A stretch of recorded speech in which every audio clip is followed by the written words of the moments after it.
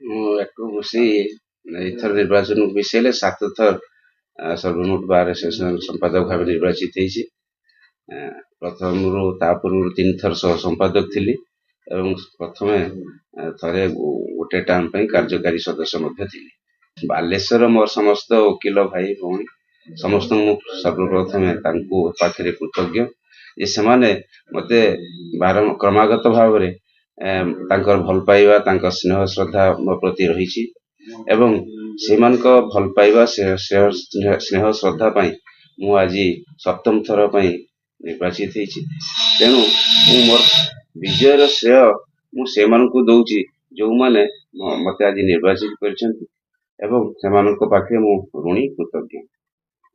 ଦେଖନ୍ତୁ, ମୁଁ ତ ପ୍ରାୟ ମୋ ଓକିଲ ଭାଇ ମୋ ଆସୋସିଏସନ ସଂଗଠନ ପ୍ରତି ମୁଁ ମୋର କର୍ତ୍ତବ୍ୟ କରିଚାଲେ। ଯେ ଗତ ଥର ଯୋଉ କଥା ଆମେ କହିଥିଲୁ, ଆମ ଆଗରେ ଯୋଉ ନଗଦ ସମସ୍ୟା ଥିଲା, ଯୋଉ ଜୁଡିସିଆଲ ହବ୍ ଯୋଉଟା କି ବିଦ୍ୟାଧରପୁରରେ ପ୍ରଥମେ ସିଦ୍ଧାନ୍ତ ହେଇଥିଲା ହବ ବୋଲି, ସେଟା ପରବର୍ତ୍ତୀ ସମୟରେ ବାଲେଶ୍ୱରକୁ ଇରିଗେସନ ଲ୍ୟାଣ୍ଡରେ ହେବା ପାଇଁ ସିଦ୍ଧାନ୍ତ ହେଇଥିଲା ଏବଂ ସେଟା ମଧ୍ୟ ସରକାର ତାକୁ ପରବର୍ତ୍ତୀ ସମୟରେ ସେଟା ରିଜେକ୍ଟ ହେଇଥିଲା ଏବଂ ପୁଣି ସେଇ ବିଦ୍ୟାଧରପୁରଟା ରହିଥିଲା ଏବଂ ଆମେ ସେ ବାବଦରେ ଆମର ଫୋକସ୍ ଆଟେନସନ କରିଥିଲୁ ଏବଂ ଆମେ ଦାବି କରିଥିଲୁ ଯେ ବାଲେଶ୍ୱର ସହର ଭିତରେ ଯୋଉ ଏକ୍ଜିଷ୍ଟିଂ ପ୍ଲେସ୍ ଯୋଉଠି ବର୍ତ୍ତମାନ ଜୁଡିସିଆରୀ ଫଙ୍କସନ କରୁଛି ସେଠି ରହୁ, ଯଦି ସେଠି ନହେଲା ତାହେଲେ ବାଲେଶ୍ୱର ସହର ଭିତରେ ରହୁ ଏବଂ ଯୋଉଟା ସିଦ୍ଧାନ୍ତ ହେଇଥିଲା ଇରିଗେସନ ୱାଟର ରିସୋର୍ସେସ୍ ଲ୍ୟାଣ୍ଡ ସେଠି ରହୁ ITI ସ୍କୋୟାର ପାଖରେ। ଏବଂ ସେଥିପାଇଁ ଆମେ କ୍ରମାଗତ ଭାବେ ଉଦ୍ୟମ କରିଥିଲୁ। ଓଡ଼ିଶାର ମାନ୍ୟବର ମୁଖ୍ୟମନ୍ତ୍ରୀ ଶ୍ରୀଯୁକ୍ତ ମୋହନ ଚରଣ ମାଝୀ, ଆଇନ ମନ୍ତ୍ରୀ ଶ୍ରୀଯୁକ୍ତ ପୃଥ୍ୱୀରାଜ ହରିଚନ୍ଦନ ଏବଂ ବିଭିନ୍ନ ବିଭାଗର କର୍ମକର୍ତ୍ତା ସେମାନଙ୍କୁ ଆମେ ଭେଟିଥିଲୁ। ବାରମ୍ବାର ଭେଟିଲା ପରେ ଯାହା ଆମେ ସଫଳତା ପାଇଛୁ ଏବଂ ସଦର ବିଧାୟକ ମଧ୍ୟ ଏଥିରେ ସହଯୋଗ କରିଥିଲେ। ଶେଷରେ ଆମେ ବିଜୟୀ ହେଲୁ ଏବଂ ସେଇ ଯୋଉଠି ସିଦ୍ଧାନ୍ତ ହେଇଥିଲା ୱାଟର ରିସୋର୍ସେସ୍ ଲ୍ୟାଣ୍ଡ ITI ସ୍କୋୟାରରେ ସେଠି ହେବା ପାଇଁ ସ୍ଥିରୀକୃତ ହେଲା। ତ ଆଭିମୁଖ୍ୟ ଥିଲା ନିଶ୍ଚୟ, ଯୋଉ କଥା କି ଆପଣ ଦେଖନ୍ତୁ, ସବୁଠୁ ବଡ ଗୁରୁତ୍ୱପୂର୍ଣ୍ଣ କଥା ଯୋଉଟା ଆଡଭୋକେଟ୍ସ ମାନଙ୍କର ୱେଲଫେୟାର କଥା ଆମେ ଚିନ୍ତା କରିଥିଲୁ ଏବଂ ସେଥିପାଇଁ ଆମେ ଗୋଟେ ୱେଲଫେୟାର ସ୍କିମ୍ ଓକିଲଙ୍କ ପାଇଁ ପ୍ରଚଳନ କରିଛୁ, ଯୋଉଥିରେ କି ଜଣେ ଆଇନଜୀବୀ ଯଦି ତାଙ୍କର କୌଣସି ପ୍ରକାର ଦେହ ଅସୁସ୍ଥ ହେଲା ବା ହସ୍ପିଟାଲାଇଜ ହେଲା, ମେଡିକାଲରେ ଭର୍ତ୍ତି ହେଲା, ତାର ତ୍ୱରିତ ଇମିଡିଏଟଲି ଆମେ ତାକୁ ଟଙ୍କା ମ୍ୟାକ୍ସିମମ୍ 5,000 ଟଙ୍କା ପର୍ଯ୍ୟନ୍ତ ରିଲିଜ କରିବୁ ତାଙ୍କର ଖର୍ଚ୍ଚ ବାର୍ଚ୍ଚ ପାଇଁ, ପ୍ରାଥମିକ ଚିକିତ୍ସା ପାଇଁ ଏବଂ ତା ଛଡା ଯୋଉ ମୃତ୍ୟୁକାଳୀନ ସହାୟତା ରାଶି ଡେଥ୍ ବେନିଫିଟ ସ୍କିମ୍ ସେଟାକୁ 20,000 ଟଙ୍କା ଆମେ ବୃଦ୍ଧି କରିଛୁ, ଯୋଉଟା କି ଆମ ବାର ଆସୋସିଏସନର ରହିଛି, ବାଲେଶ୍ୱର ଓକିଲ ସଂଘର ଏଇଟା ମାନେ ସ୍କିମ୍। ଓଡ଼ିଶା ଷ୍ଟେଟ ବାର କାଉନସିଲରେ ତ ତାଙ୍କର ସ୍କିମ୍ ରହିଛି, ଯୋଉଟା ୱେଲଫେୟାର ସ୍କିମ୍ କୁହନ୍ତୁ, ଡେଥ୍ ବେନିଫିଟ ସ୍କିମ୍ କୁହନ୍ତୁ, ସେଇଟା ଅଲଗା କଥା। ଏଇଟା ଆମ ବାରର ଆମେ ଯୋଉଟା କି ସିଦ୍ଧାନ୍ତ କରୁଛୁ ଏବଂ ତାକୁ କାର୍ଯ୍ୟକାରୀ କରିବୁ।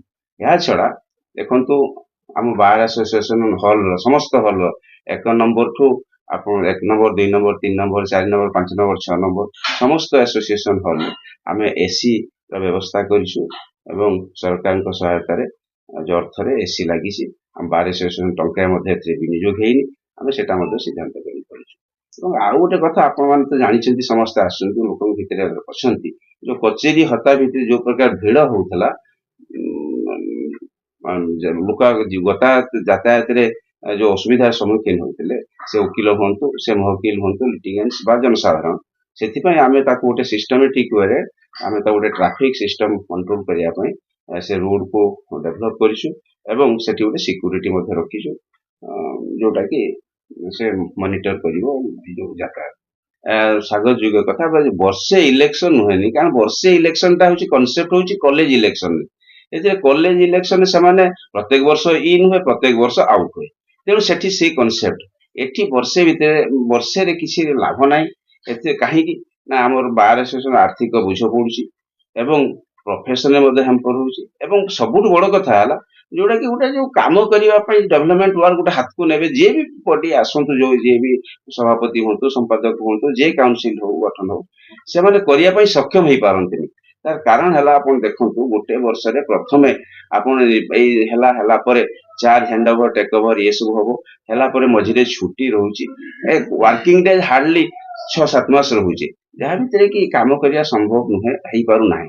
ଏଇଟା ହଉଛି କଥା ତେଣୁ ଆମେ ବାରମ୍ବାର ଏ ବାବଦରେ ଓଡ଼ିଶା ଷ୍ଟେଟ୍ ବାର କାଉନସିଲ ଲେଖିଛୁ ଆମ ବାର ଆସୋସିଏସନ ତରଫରୁ ଆମେ ମଧ୍ୟ ରିଜଲ୍ୟୁସନ କରିକି ଆମେ ପ୍ରସ୍ତାବ ପଠେଇଛୁ ଯେ ଏଇଟାକୁ 3 ବର୍ଷ କାରଣ ଆମର ଆଗରୁ ଆମ ବାଇଲ ଅନୁସାରେ 3 ବର୍ଷ ତେଣୁ 3 ବର୍ଷିଆ ଥିଲା ଏବଂ ସେଇ 3 ବର୍ଷ ରହୁ ନଚେତ୍ ଆଟଲିଷ୍ଟ 2 ବର୍ଷିଆ ହଉ ଏଇଟା ହଉଛି ଆମର ଡିମାଣ୍ଡ। ଆମେ ଏ ବାବଦରେ ରିଜଲ୍ୟୁସନ କରିଛୁ ଆମର ଇସିରେ କରିଛୁ ଜେନେରାଲ ବଡିରେ କରିଛୁ କରିକି ବାର କାଉନସିଲ ଦେଇଛୁ ଏବଂ ଏଥର ମଧ୍ୟ ବାର କାଉନସିଲର ଚେୟାରମ୍ୟାନ ମଧ୍ୟ ଆସିଥିଲେ ଆମର ବାର ଆସୋସିଏସନ ମାନେ ଆମର ଗେଷ୍ଟ ହେଇଥିଲେ ସେଠି ମଧ୍ୟ ମୁଁ ତାଙ୍କୁ ଡିମାଣ୍ଡ ରଖିଛି ଯେ ଆପଣ ଏଇଟାକୁ ଆଟଲିଷ୍ଟ 3 ବର୍ଷିଆ କରନ୍ତୁ।